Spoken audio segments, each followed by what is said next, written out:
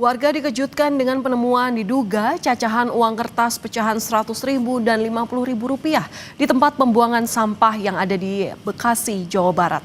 Polisi tengah melakukan penyelidikan sumber dugaan cacahan uang tersebut dan menyita 21 karung cacahan kertas.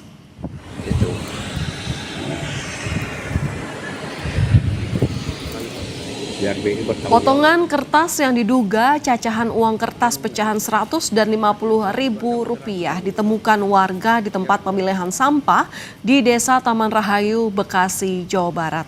Menurut pemilik lahan diduga cacahan uang kertas tersebut dibuang oleh seorang pria menggunakan mobil dump truck sejak 6 bulan terakhir. Ia menggunakan potongan kertas tersebut untuk menguruk tanah dan untuk lahan pemilahan sampah. Rumahnya daripada posisi beli nggak apa, nggak dibayar, kan emang butuh urugan. Kalau kita pakai biaya sendiri kan nggak kuat kan. Gimana? Itu buangnya pakai mobil atau gimana? Pakai mobil dump truck. Iya, baru 6 bulan ya. Jadi sejak 6 bulan itu ada buangan sampah pecahan Ada uang pecahan itu? itunya. Jadi nggak setiap hari, Pak.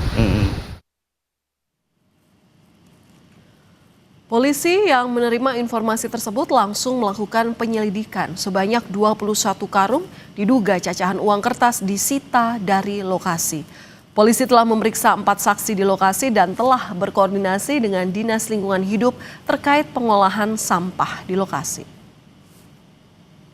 Saksi juga sudah kami periksa dan saat ini kami sudah berkoordinasi dengan Dinas Lingkungan Hidup Kabupaten Bekasi terkait dengan pembuangan sampah di sekitar TPA itu.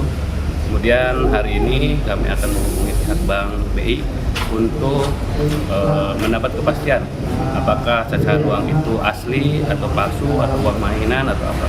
Karena mungkin walaupun itu bentuk cacahan karena itu adalah fisiknya merupakan dokumen negara berupa uang, perlu pengamanan yang betul-betul sesuai dengan prosedur.